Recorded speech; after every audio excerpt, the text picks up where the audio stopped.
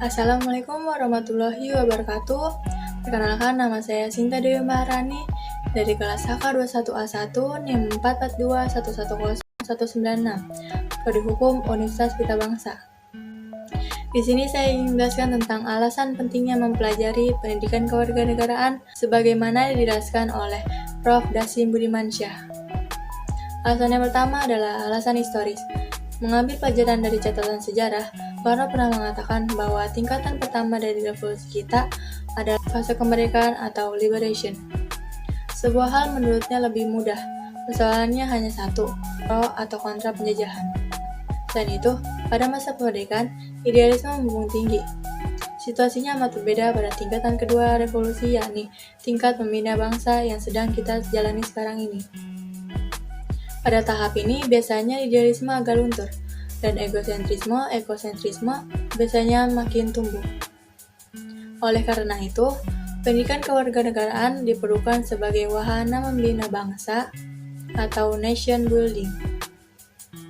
Yang kedua adalah alasan yuridis, yakni berdasarkan perintah undang-undang dalam Undang-Undang Nomor 12 Tahun 2012 tentang kurikulum ayat 3 ditegaskan bahwa kurikulum pendidikan tinggi, sebagaimana dimaksud pada ayat 1, wajib membuat mata kuliah agama, Pancasila, pendidikan kewarganegaraan, dan bahasa Indonesia. Jadi jelas, menyelenggarakan pendidikan kewarganegaraan adalah melaksanakan perintah undang-undang. Yang ketiga adalah alasan sosiologis. Alasan berdasarkan keadaan dalam masyarakat. Untuk menilai keadaan masyarakat di masa sekarang, kita perlu membandingkan dengan keadaan masyarakat di masa sebelumnya. Dan penjelasan ini dapat menggunakan konsep konektivitas.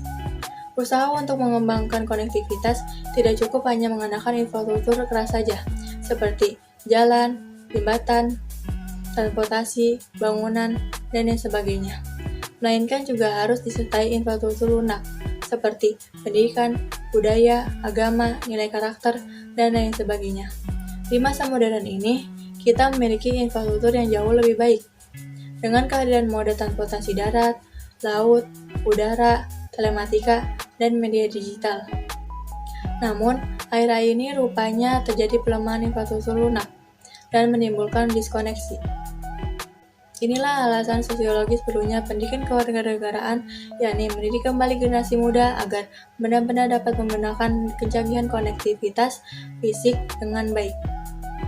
Yang keempat ada alasan politis. Hal ini ada kaitannya dengan kebijakan pemerintah mengenai pendidikan kewarganegaraan dalam kurikulum sekolah dan perguruan tinggi. Secara politis, pendidikan kewarganegaraan mulai dikenal dalam pendidikan sekolah sejak tahun 1957. Pada masa Orde Lama, mulai dikenal dengan istilah kewarganegaraan tahun 1957, sipil tahun 1962, dan pendidikan kewarganegara tahun 1968. Pada awal Orde Baru, kurikulum sekolah yang berlaku dinamakan kurikulum 1968, selanjutnya berubah menjadi 1975, 1984, dan 1994. Pada masa reformasi diberlakukan kurikulum 2004, dan terakhir kurikulum 2013. Dalam semua kurikulum itu, pendidikan kewarganegaraan merupakan mata pelajaran wajib, sekalipun penamaannya berubah-ubah.